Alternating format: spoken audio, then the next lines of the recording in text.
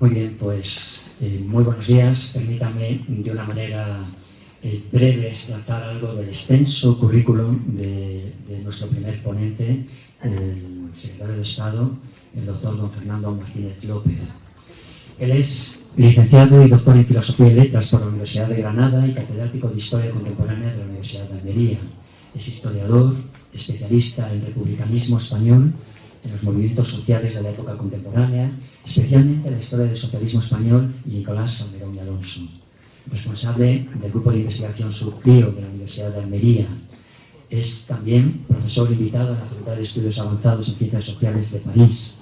Especialista en memoria histórica. Ha sido director general para la memoria histórica entre julio del 2018 y marzo del 2019. Ha coordinado, como se nos ha recordado ya, el mapa de fosas de Andalucía y ha sido coordinador e investigador principal de los proyectos de investigación de las universidades andaluzas relativos a las actuaciones de los tribunales de responsabilidades políticas en Andalucía entre los años 1936 y 1945. También sobre la represión franquista de la masonería andaluza y el exilio republicano andaluz de 1939. Don Fernando Martínez es premio de memoria histórica de la Junta de Andalucía. Ha sido senador por la provincia de Almería, secretario primero de la Mesa del Senado durante la 13ª legislatura.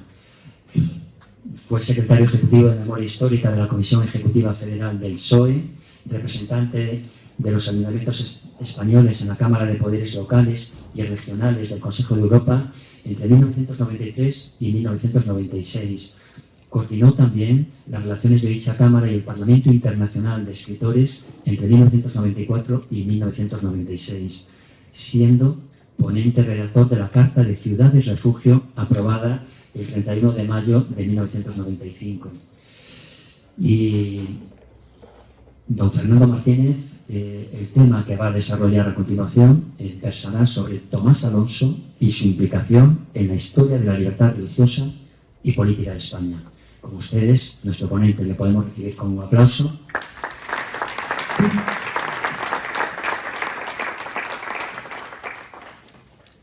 Bueno, buenos días. ¿Se me escucha atrás? Ahí está grabando. Bueno, buenos días entonces, ¿no? Buenos días a todos y a todas. Muchísimas gracias, alcalde. No lo veo, alcalde.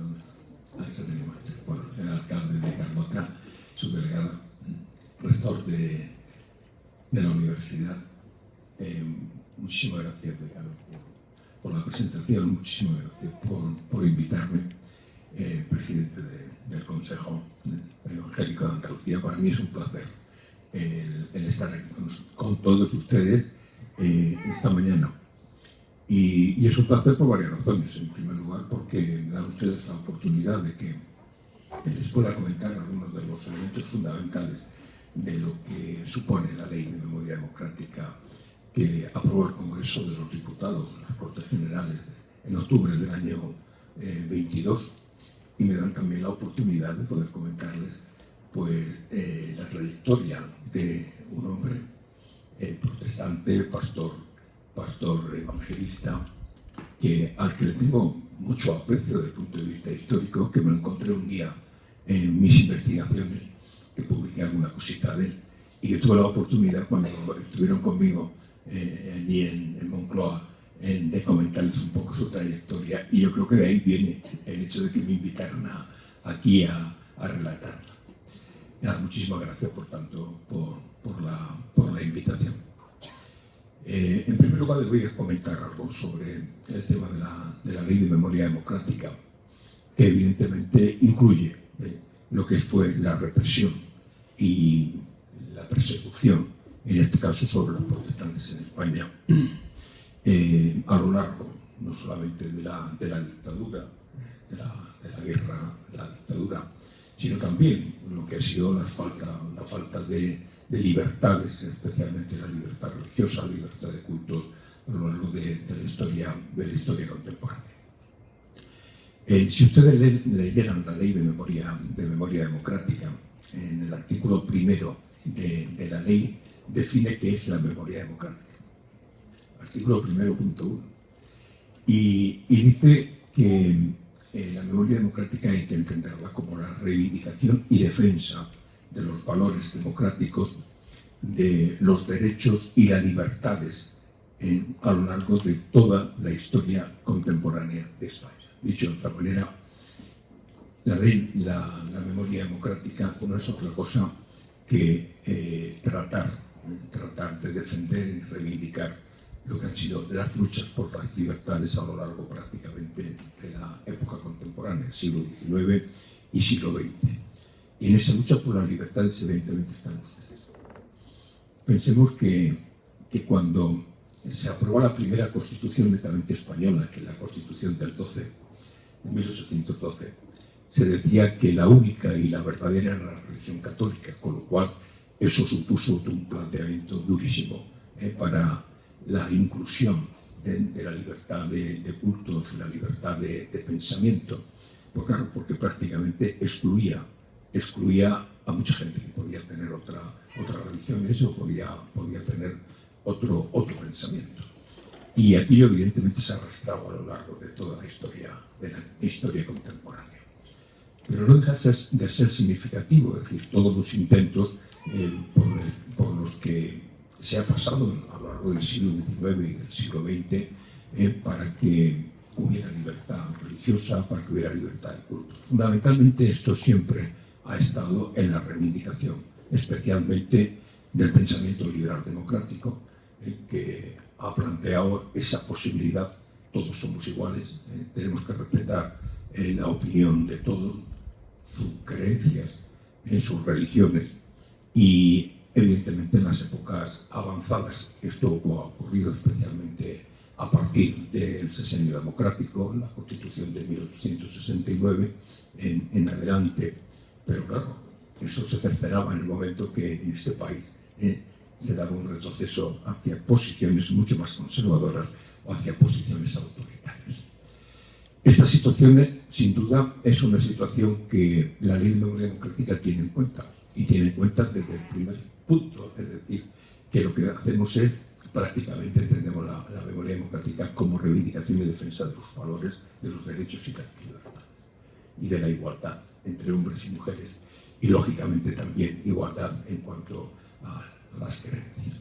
Pero en el propio artículo primero, punto 2 de la Ley de Memoria Democrática, se sitúa también que tenemos que tener en cuenta como elemento fundamental de la ley lo que es el reconocimiento a aquellos que han sido perseguidos, o sea, les ha violentado por razones políticas, por razones ideológicas, por razones de pensamiento, por razones de opinión, por razones religiosas, que siempre cuando se habla de razones religiosas y se habla de ley de memoria democrática, casi todo el mundo está pensando sobre exclusivamente lo que supuso la represión sobre la religión católica en un momento determinado. Y yo muchas veces recuerdo exactamente, fueron perseguidos precisamente por las posiciones que se sublevaron, por aquellos que se sublevaron contra la República, fueron perseguidos duramente, por ejemplo, los protestantes. Y entonces hay que tenerlo en cuenta, es decir, que en el marco de la persecución religiosa no solamente caben unos, sino que tienen que caber todos. Y ustedes, cuando pensamos, yo siempre pienso, cuando hablamos de esa persecución y esa violencia, pienso también en ustedes. Pienso en los protestantes, los evangélicos, etcétera, que sufrieron la represión, como aquí se ha recordado a Carmen, a su marido, a la maestra, su marido, o como se ha recordado también de Adriano Coco en Salamanca, pese a ser amigo y pese a interceder Miguel de Unamuno por él. Y tantos otros que sufrieron la represión, no solamente la represión física, sino también la represión económica, de incautaciones de bienes, de que se le usurparan sus negocios, y también otro tipo de represión que sufrieron, como muchos de ellos fueron apartados de sus profesiones, en lo que fue la depuración profesional. Y los que eran maestros y eran protestantes les quitaban la carrera. Hay un tanto por ciento elevado de gente que estaba vinculada con el protestantismo, que fueron depurados de sus oficios, ¿no? Piensen ustedes, cuando hablamos de represión, siempre hay que hablar de represión física, que son los fusilamientos, que son las cárceles, que son los batallones penitenciarios o los batallones disciplinarios con fuerza de trabajo penada. Piensen ustedes en que esa represión física también se desarrolla frente a la masonería, frente a los masones. Y piensen ustedes que la represión económica fundamentalmente se articuló a través de lo que fueron los tribunales provinciales de incautación de bienes, o luego se desarrolla con la Ley de Responsabilidades Políticas a partir de febrero de 1939, que sancionaba a aquellos que evidentemente no estaban de acuerdo o que se sospechara que no estaban de acuerdo con lo que era el levantamiento contra la Segunda República. Unas multas y unas sanciones que nosotros hemos podido estudiar por Andalucía. Tuve la oportunidad, como bien decía el decano, de coordinar un gran proyecto importantísimo en ese momento, porque era pionero sobre el impacto de la Ley de Responsabilidades Políticas en Andalucía, en las sanciones que hubo, las multas, las incautaciones que hubo en la provincia de Córdoba, en la provincia de Almería, en todas las provincias. Y aquello para nosotros fue un descubrimiento, porque prácticamente cuando hablábamos de represión se hablaba solamente de cárceles, o se hablaba de fusilamientos, etcétera, pero no se hablaba de una represión tan importante como fue la represión económica. Y de la misma manera con las depuraciones profesionales. Piensen ustedes que en Andalucía prácticamente el 19 al 20% de los maestros y las maestras que estaban en el escalafón del ministerio fueron depurados, es decir, fueron expulsados de sus trabajos, de sus carreras, o por ejemplo el 11% de los médicos fueron depurados y expulsados de sus carreras, etc. Yo siempre conocí en mi pueblo de la provincia de Almería, Vélez Blanco, a un señor que le llamaban Don Sisto y que sabía mucho de medicina y que lo tenían allí de mancebo de una farmacia. Y un día le pregunté a mi padre, y dice, no, este fue depurado y le quitaron la carrera. Por ejemplo, esas cosas que cuando eres joven empiezas a preguntar, quieres saber y tal, ¿no? Y entonces eso a mí me turbó un poco y digo, ¿qué pasó? ¿No? Bueno, pues precisamente la Ley de Memoria Democrática en su punto 1, en el artículo 1, punto 2, hace el reconocimiento a todos aquellos que sufrieron la persecución y la violencia por motivos religiosos, por motivos políticos, por motivos ideológicos o de pensamiento y opinión, y también aquellos por su condición sexual. Bueno, ese tipo de elementos son claves para entender lo que es la Ley de Memoria. Después, en el artículo 1.3 dice claramente que hay un repudio y una condena de la dictadura. Es la primera vez que en la legislación española una ley hace una condena y un repudio de la dictadura en su parte dispositiva, porque en alguna exposición de motivos, por ejemplo, de la ley de 2007 de memoria histórica ya se apuntaba, pero en la parte ya de los artículos que sea precisamente eso, es bastante singular y declara ilegal el régimen. Eso creemos que es importante para entenderlo. No cabe la menor duda, la Ley de Memoria Democrática ancla en los derechos humanos. Antes hablaba de que ibais a hablar de ello también. Ancla en los derechos humanos, ancla en posiciones de humanidad y está marcada fundamentalmente por lo que es el derecho internacional humanitario. Tiene como elemento fundamental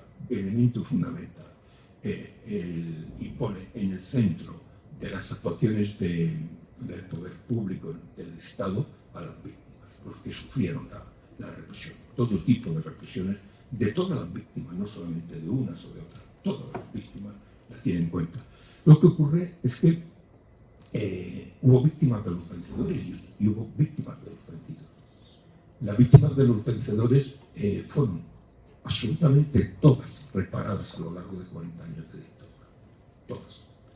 Algunas que estaban incluso en fosas comunes fueron sacadas de fosas comunes y entregadas a sus familias. Y además hizo estudios profundos sobre lo que se le había pasado.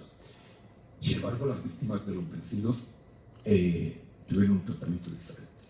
Fueron criminalizados, fueron estigmatizados como rojos, como rojas, y además fueron invisibilizados. Se les sacó de la escena pública. Mientras que todos los 20 de noviembre se recordaba a los llamados caídos por hoy por España, ese ejercicio conmemorativo era un ejercicio cada vez de profundizar más la invisibilización, de sacar de la escena pública a las víctimas de los vencidos, que no eran otros que aquellos que habían luchado por la libertad, por el mantenimiento de la democracia y un régimen institucional, legal, como era la Segunda República. A esas víctimas, a todas en general, pero precisamente aquellas que no han sido reparadas, las tiene especialmente en cuenta en la Ley de Memoria Democrática, una ley que declara ilegales todos esos tribunales que les persiguieron, que declara nulas las sentencias que esos tribunales de excepción dictaron y que plantea que se haga un censo de víctimas para conocer exactamente cuántos fueron, porque muchas veces los historiadores damos cifras diferentes. El Estado tiene que tener un censo de víctimas, por ejemplo, de todos los protestantes que fueron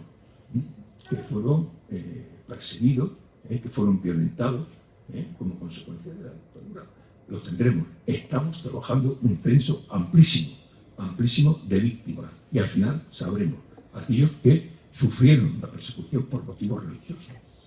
Tenemos lo de la parte católica, ya los tenemos, pero ahora estamos, cuando estamos hablando de censo de persecución religiosa, estamos pensando precisamente en los protestantes, que prácticamente eso siempre, nunca se han situado como perseguidos por motivos estrictamente religiosos.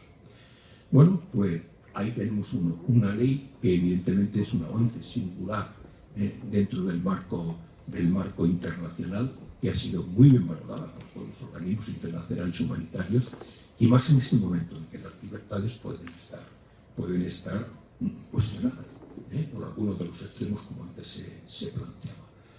Y eso nos tiene que poner alerta de que la defensa de los valores democráticos, de las libertades, etcétera, es lo fundamental.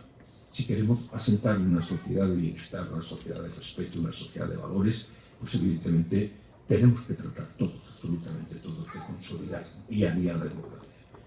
Nos ha costado muchísimo conseguir la libertad religiosa, la libertad de cultos, entonces hablaba del siglo XIX. Y eso que cuesta tanto se puede perder en un instante. En un instante. Nos ha costado mucho las libertades en este país. Tuvimos que sufrir muchísimo la dictadura. Pero hay gente ya, extrema derecha, que empieza a cuestionar toda esta cuestión de la memoria, toda la cuestión de la democracia. La memoria no es una cuestión solamente de análisis del pasado. La memoria es una cuestión presente, es una apuesta del futuro. Sin memoria no hay democracia. No podemos olvidar. Pero no podemos olvidar no para tener venganza ni nada por el estilo. No podemos olvidar por una razón fundamental, para que los hechos traumáticos del pasado no vuelvan a ocurrir nunca más.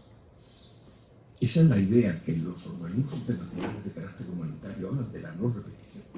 La garantía de no repeticiones para que nunca más se vuelva a ocurrir en España lo que ocurrió, ¿no? Entonces me parece que es fundamental tenerlo en cuenta, y desde luego nosotros desde el gobierno de España les vamos a tener en cuenta.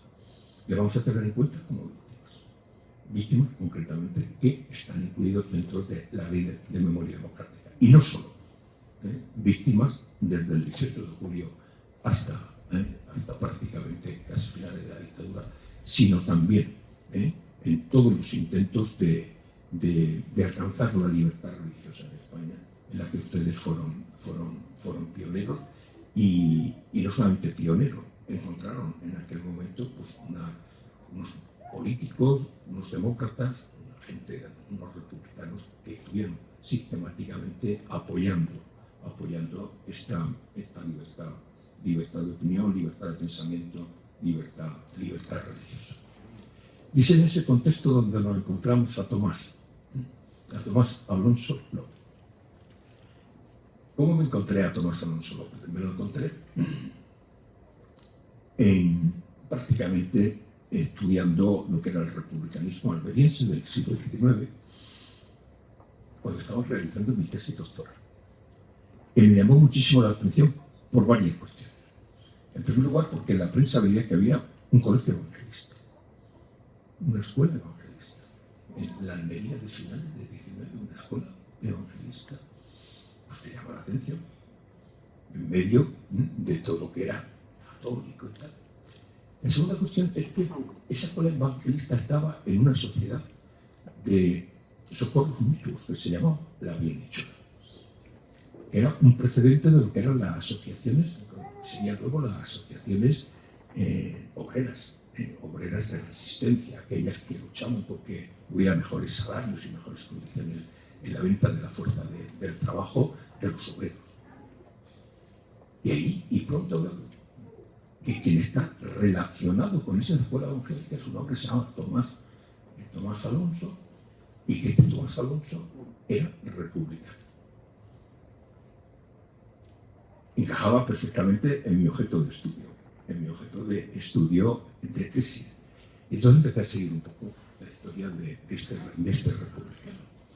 Entonces descubrí pronto que no era de Almería, que procedía de Valladolid, que su padre había sido un republicano que en Valladolid se había distinguido muchísimo, incluso en los momentos difíciles de Valladolid, cuando cayó la República y que estuvo al frente de los voluntarios de la libertad y de la República para tratar de restablecerla. Y claro, pronto vi que había estado en un seminario. Había estado en el seminario de León. Y que salió del seminario y fue a estudiar magisterio a Ávila y a Madrid. Y es en ese momento cuando aparece por Almería. Y me lo encuentro dando conferencias de higiene y moral, dando conferencias sobre bienestar, dando conferencias sobre libertad religiosa, dando conferencias sobre el sufragio universal, donde ya defendía que las mujeres, en el Ateneo, defendía que las mujeres pudieran votar. Me llamó muchísimo la atención el personaje. ¿Y dónde lo ubico inicialmente? Lo ubico inicialmente en el Partido Republicano Federal. Los republicanos federales tenían una gran sensibilidad con los temas sociales y estaban en el Partido Republicano Radical. Escuela evangelista y además en la sociedad de socorros mutuos. Claro, era un personaje, por lo tanto, que empezaba a ser fascinante para mí. Bueno, hace toda su trayectoria en el republicanismo a finales del siglo XIX, y de pronto vuelve a llamarme la atención otro elemento. Finales del siglo XIX, 1899. Pues resulta que ahí lanza una carta que me la encuentro en el semanario del Socialista, en la que dice que se va del republicanismo y que abraza las ideas del socialismo. Y hace una carta preciosa, dice por qué abandona a sus compañeros. Decía que era el marco de la desunión que tenían los republicanos, que se tiraban todo el tiempo nada más que en diatribas, que no llevaban a ningún sitio, y sin embargo veía al Partido Socialista defendiendo a la gente que él defendía, que eran los obreros. Veía al Partido Socialista, que era un partido muy pequeñito en aquellos momentos, pero organizado, y que evidentemente tenía una idea de la sociedad que era similar a la que él tenía. Una sociedad de más igualdad, una sociedad donde la gente viviera mejor, donde hubiera libertad de pensamiento, donde se reconocieran a todos. Así que hace una carta y da las razones por qué abandona el republicanismo y abraza las filas del socialismo. Pero paralelamente, yo descubrí, haciendo mi tesis doctoral, qué era la masonería. Y lo descubrí de la siguiente manera.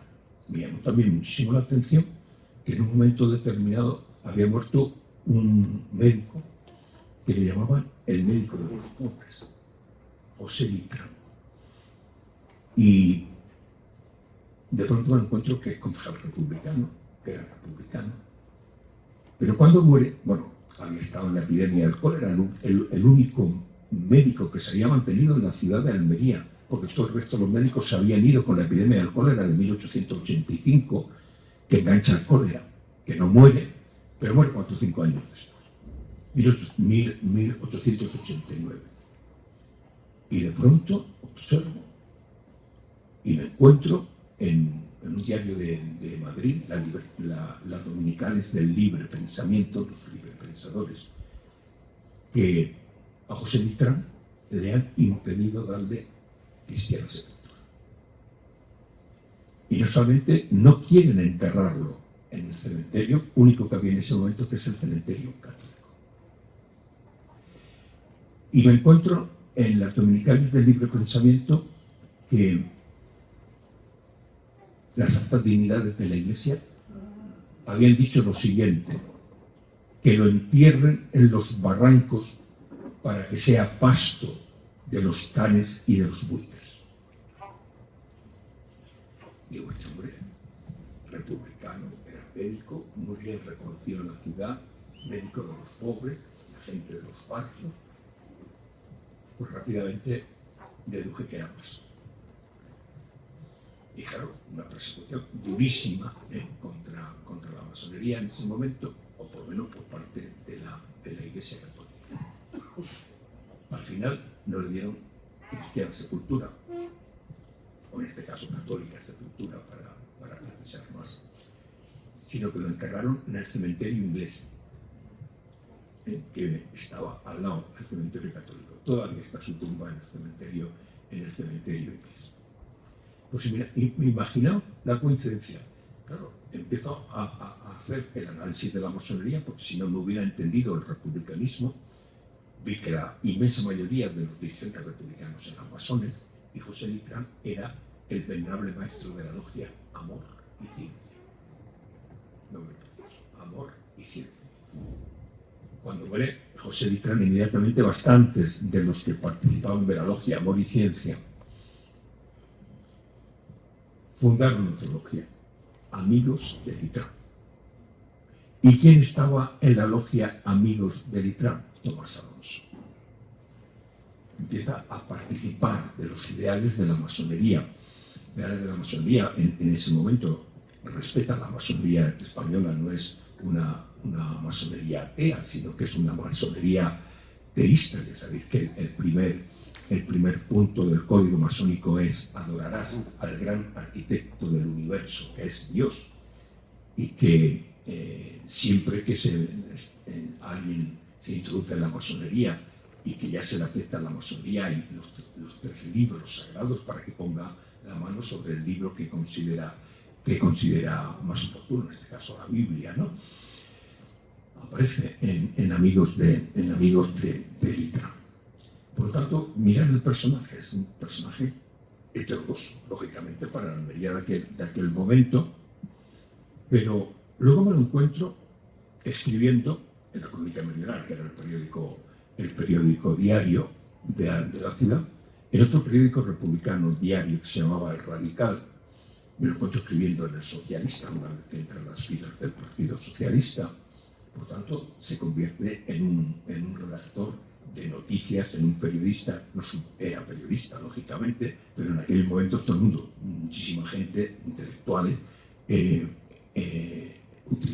escribía en los periódicos. Y me llamó muchísimo la atención, yo creo que es de su pluma, aunque no lo firmó, un titular del Viernes Santo. Titular del Radical. Todos los periódicos de Almería, serán 4 o 5 diarios, Viernes Santo, aparece todo la portada en negro, con crespones negros. El Radical, aquel día, que el Viernes Santo, aparece todo en rojo y un gran titular: hoy hay que comer carne.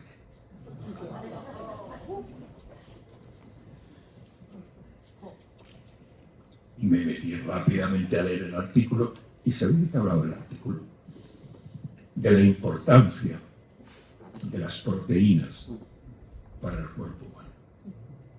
No se metía con nadie, pero la importancia de las proteínas para poder vivir, bueno, la pluma de Tomás Alonso estaba ahí junto con la de, yo creo que lo hicieron entre los dos, el director del Radical, José Jesús García, que era otro masón con él.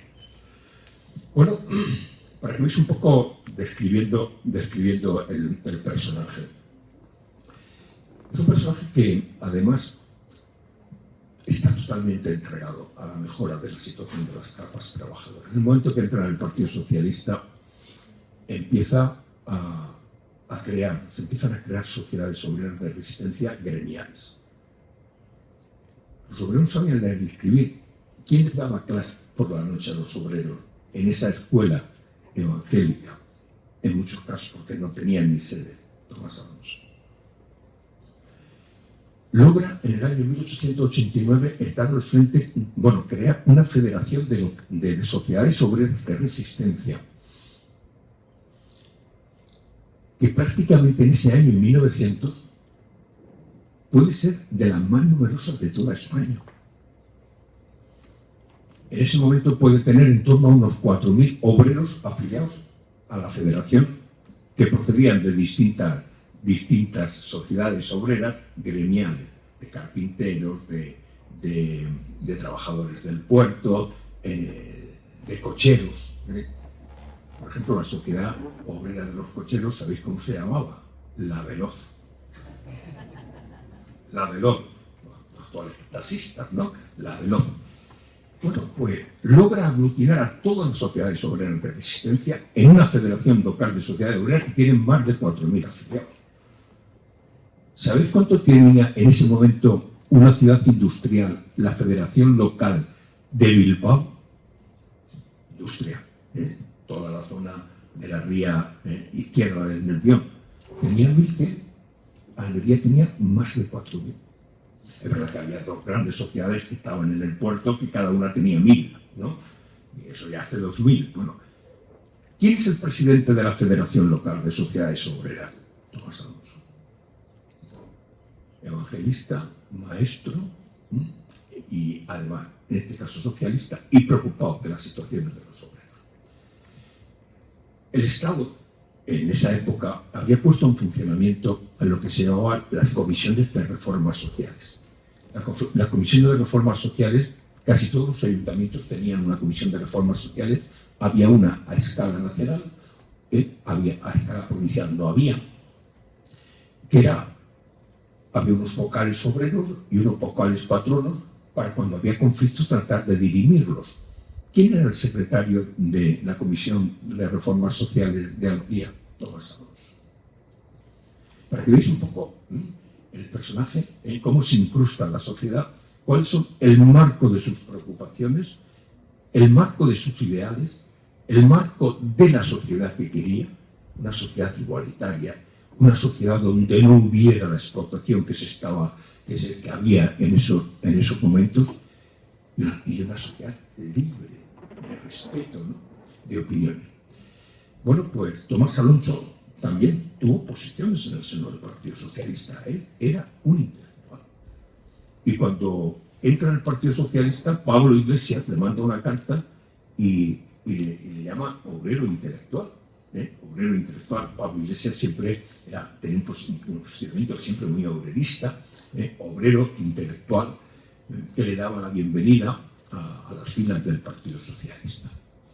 Y en el Partido Socialista lo que hizo fue fundar una casa del pueblo muy potente en la calle Las Cruces, y empezó a tener mucha relación con Pablo Iglesias, pero también empezó a tener mucho protagonismo desde el punto de vista político. ¿Qué defendía? Además de que el Partido Socialista siguiera trabajando en estas sociedades obreras, en esta federación de la cual él era presidente, veía que el Partido Socialista no levantaría cabeza desde el punto de vista político si no hacía una alianza con los republicanos. Para decirlo de otra manera. En aquel momento el Partido Socialista se le consideraba como el que defendía las causas obreras. Y entonces la gente no lo identificaba con que pudiera estar en la política. Eso es un partido para defender a los obreros, que cobren más, que vendan en mejores condiciones su fuerza de trabajo. Pero la gente a la hora de votar no pensaba en el Partido Socialista. Se presentaba Pablo Iglesias, se presentaba por Almería o Jaime Vera, y tenía 30 votos, o 35. Pero incluso los propios socialistas veían que quien realmente hacía política eran los republicanos. Esos estaban de concejales en el ayuntamiento, que tenían diputados en Cortes por Almería, este director del Radical que antes comentaba. Y claro, Tomás Alonso procedía de las filas del republicanismo. Sabía que había que hacer política, además de hacer acción obrera, hacer planteamientos obreristas. Entonces defendió desde el primer momento una alianza entre republicanos y socialistas. Entonces el Partido Socialista, cualquier decisión se tomaba por lo que llamamos hoy primaria. Todas las agrupaciones tienen que defender qué tipo de alianza se hace. Pablo Iglesias no era muy partidario de aliarse con los republicanos. Por Pablo Iglesias decía que los republicanos eran unos burgueses, etc. Y la agrupación de Madrid planteó la necesidad de hacer una alianza republicano-socialista para que el Partido Socialista pudiera estar en las Cortes y poder defenderse, tener voz en el Parlamento para defender las causas obreras desde el Parlamento. Eso lo plantea la agrupación socialista, por lo cual de Madrid lo aprueban en Madrid y tiene que votarse en toda España. Pablo Iglesias se opone porque no aceptó eso hasta el año 10. Pero en 1903, ¿y quién defiende esa posición en Almería? Tomás Alonso. Vaya, esa unidad obreros y socialistas para que el Partido Socialista empezara a hacer política. No solamente defensa de la causa obrera y de mejores condiciones de trabajo. Quedó en minoría, porque Pablo Iglesias mandaba mucho en el Partido Socialista y la inmensa mayoría de las agrupaciones optaron a que no se produjera la alianza. Eso le lleva, bueno, Pablo Iglesias va en el año 4 y el mitin lo da Tomás Alonso y lo da Pablo Iglesias conjuntamente, es decir, que era un hombre tremendamente reconocido. Además de eso, lo que pasa es que esas posiciones de que no entraran en contacto con los republicanos, etc., el que tenía posiciones políticas de visión del futuro, decía que por ahí no tenía que ir el Partido Socialista.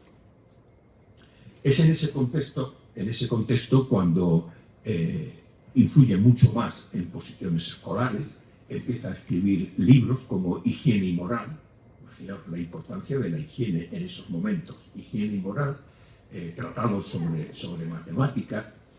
En esos momentos se prolifera dando muchísimas conferencias y en esos momentos, pues evidentemente en un momento determinado dice, bueno, me tengo que aportar un poco al Partido Socialista porque veo que no hace política. Hasta que llega el acuerdo entre los republicanos y socialistas en la conjunción republicano-socialista de 1909 y es en las elecciones del 10 que se presenta por Almería en la conjunción republicano-socialista y se presenta Pablo Iglesias y Tomás Alonso para salir diputado. Pero al margen de eso, bueno, empieza un poco toda esta senda. Mira lo que pensaba del tema de la escuela, de los niños.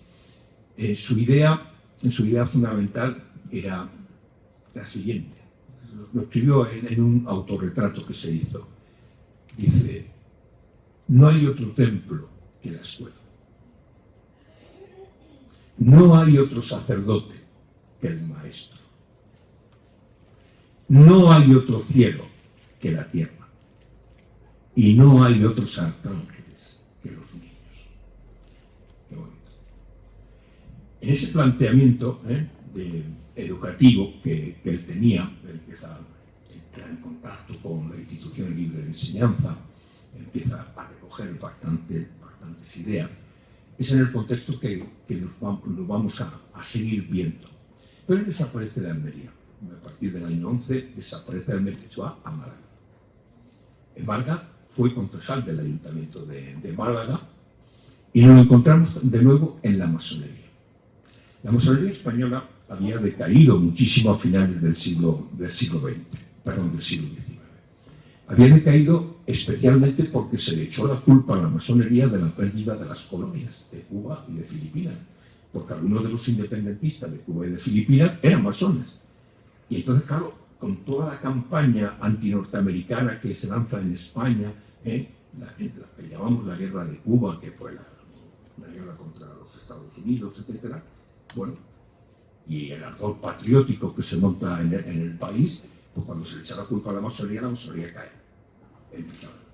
Sin embargo, en Almería, por ejemplo, desapareció entera. Yo he trabajado toda la masonería, tengo varios libros sobre la masonería y cae a finales del XIX. Sin embargo, en Málaga se mantiene una logia que es la logia Virtud. Y ahí que nos encontramos a Tomás Alonso ya en Málaga, con un nombre simbólico. Todos los masones en las logias tienen un nombre simbólico, se llama Pitágoras, y en ese momento tenía el grado 9 de la masonería.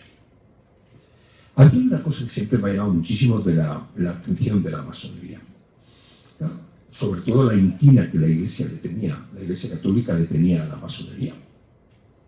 Entre otras cosas porque la Iglesia siempre vio a la masonería una competidora. La masonería tiene sus rituales, la masonería tiene su pensamiento de qué es la sociedad, pero fundamentalmente la masonería tiene una idea, y es la idea de cómo hacer el bien. Mientras que la posición es católica, hacer el bien porque conseguirás el cielo. La masonería dice, haz el bien por el bien mismo. ¿Te das cuenta? Haz el bien por el bien mismo, no con promesas de ultratumba. Eso parece que no tiene importancia, pero es un elemento que distingue el planteamiento de la caridad, en este caso católica, de lo que es el pensamiento masónico. En cualquiera de los casos, es interesante ver cómo un personaje como Tomás Alonso en Málaga es pastor protestante, a partir de como pastor protestante, está en las escuelas evangélicas de Málaga, es concejal y va a ser represaliado. Le perdemos la pista, yo no he logrado encontrarlo, no sé dónde podría estar, pero sin embargo sí que me lo he encontrado en un expediente del Tribunal Especial de Represión contra la Masonería y el Comunismo, cuya sentencia echa 20 años de cárcel. El Tribunal de Represión de Masonería y Comunismo no dicta sentencias de muerte. Lo máximo sentencias son 30 años. Y a Tomás Alonso le pusieron 20 años. Pero es curioso, el expediente dice en rebeldía. Dicho de otra manera, que puede que hubiera muerto, por esto es en el año 40, 41, 1940, 1941. Así que esa es la trayectoria de este hombre que defendía la libertad religiosa, que defendía a la gente más humilde, que era un intelectual, que era un libre pensador, que fue pastor protestante de la Iglesia evangelista y que, desde luego, fue uno de los referentes del socialismo almeriense entre siglos, entre finales del siglo XIX y principios del siglo XX. Por lo tanto, es un referente. Sufrió una persecución, porque al final de su vida pasó por el Tribunal de Masonería y Comunismo, y para nosotros, los que trabajamos republicanismo, trabajamos en socialismo, etcétera, desde el punto de vista histórico, pues siempre es un personaje que lo tenemos ahí como un heterodoxo en aquel momento, pero como un personaje que apuntaba lo que tendría que ser una sociedad del futuro, esa sociedad que evidentemente en estos momentos vivimos y que tenemos que hacer posible que se mantenga muchísimo tiempo. Muchísimas gracias.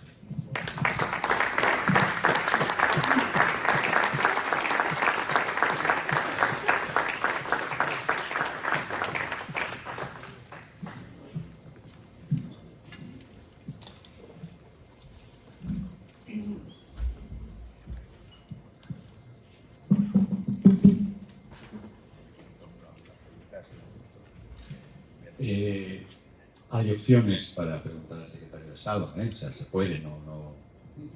Sois libres para preguntar. ¿Hay alguna pregunta?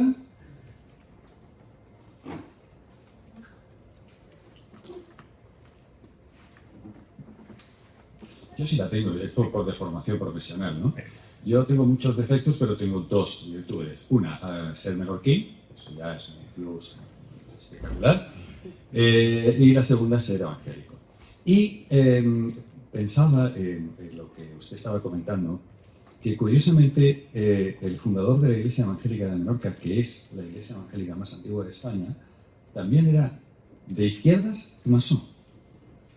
Y me pregunto si eso era un patrón común más habitual de lo que nosotros pensamos o queremos, como fue en el caso de Almería, como fue en el caso de Menorca. ¿Ocurrió en otros sitios también durante el siglo XIX?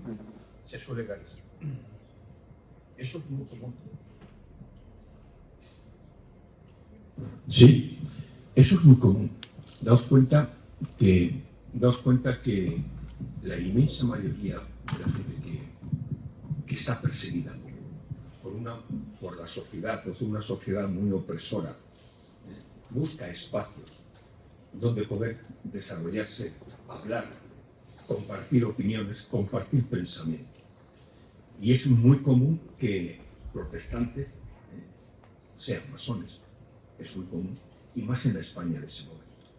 La España de ese momento, pensar lo siguiente: cuando termina el sexenio democrático, cae la primera república, entramos en una etapa muy conservadora, en la época de Cánovas, y es el momento donde la masonería se expande más en España. Tenéis, por ejemplo, en Córdoba cantidad de logias en ese momento, o en Almería, prácticamente todas las cabeceras de comarca tienen logias masónicas. ¿Qué gente es la que pasa a esa logia masónica?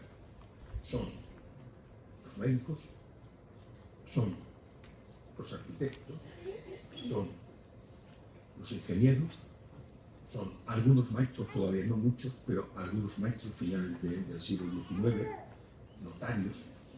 Dicho de otra manera, es la sociedad liberal ilustrada que está encorsetada en una situación en la que hay un proceso de recatolización de la sociedad. Es decir, la sociedad española ha hecho un proceso de secularización muy potente a lo largo de la mitad del siglo XIX. Por ejemplo, los obispos, yo he trabajado todas las visitas ad limina de los obispos, de muchos obispos de España. Y en las visitas ad limina, sabéis que las visitas ad limina en la Iglesia, que cada X tiempo los obispos tenían que ir a Roma y explicar cuál era la situación de su diócesis. Y claro, la inmensa mayoría de los obispos se quejan de que la gente no tiene prácticas religiosas, no comulga ni se confiesa al año una vez, que es lo que era obligatorio, no tiene prácticas religiosas dominicales. Hay una queja sistemática. ¿Eso qué quiere decir? Que hay un proceso de secularización importantísimo. Y claro, cuando cae la República y llega la Restauración, los obispos dicen: vamos a restaurar muchas de las iglesias que habían pasado a ser institutos o que habían pasado a ser almacenes, etc. Vamos a volverlas al culto. Y empiezan los jesuitas a dar misiones jesuíticas por todos los pueblos para reconvertir a la ciudadanía. Claro, por lo tanto hay un ambiente muy oscurantista, de mucha opresión, de recatolización, en la que no cabe el libre pensamiento, en la que es el pensamiento único, lo único que funciona. Y claro, ¿dónde se refugian? Los ilustrados, ¿dónde se refugian? Pues se tienen que refugiar a veces en instituciones culturales como los Ateneos, y copan los Ateneos. ¿Dónde se refugian? Se refugian en la masonería. Y empiezan a crecer las logias masónicas prácticamente. Necesitan espacios de sociabilidad propios para poder tener intercambio de ideas, aunque fueran diferentes, pero intercambio de ideas.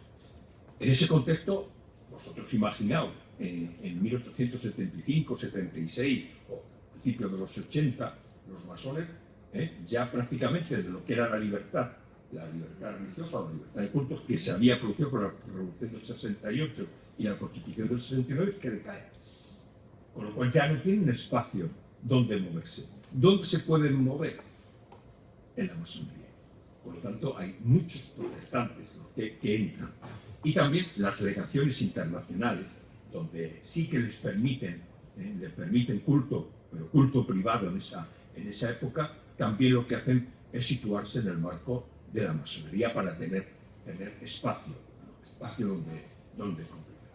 Algo que ocurrirá luego en España en el siglo XX con motivo de la dictadura de Primo de Rivera, cuando hay efervescencia de nuevo de la masonería, fundamentalmente durante la dictadura, porque hay represión, dura represión. Entonces, eso hace, por ejemplo, que protestantes, masones, etcétera, que se den la mano. Que se den la mano porque, claro, la masonería es muy abierta, un planteamiento liberal, de respeto, etcétera, que lógicamente no tenía el pensamiento único, canónico, apostólico, que marcaba la Iglesia Católica. Muy bien. ¿Alguna pregunta?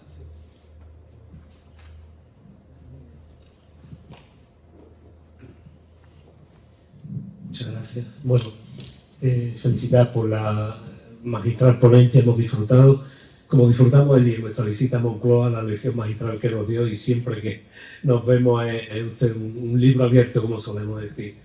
He disfrutado muchísimo de ello.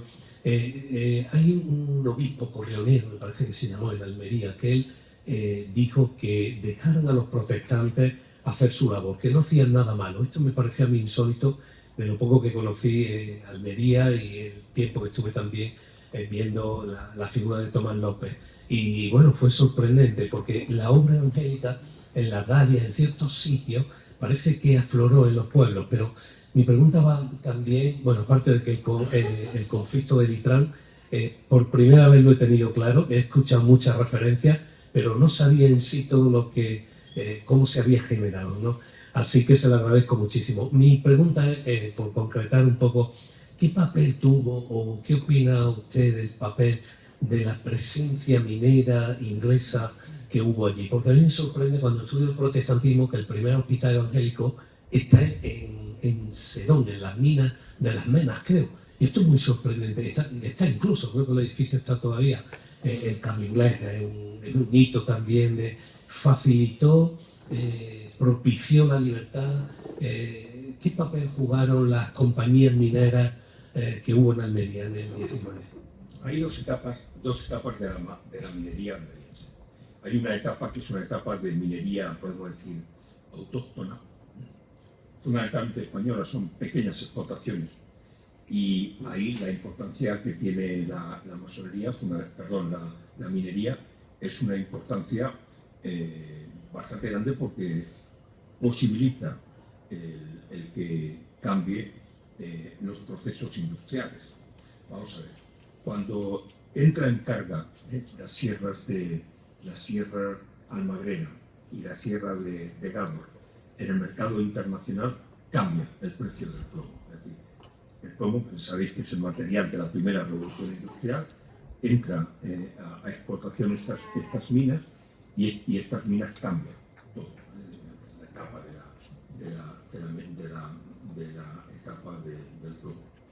Sin embargo, hay una segunda etapa donde ya no es tanto los propietarios son autóctonos o españoles, son extranjeros.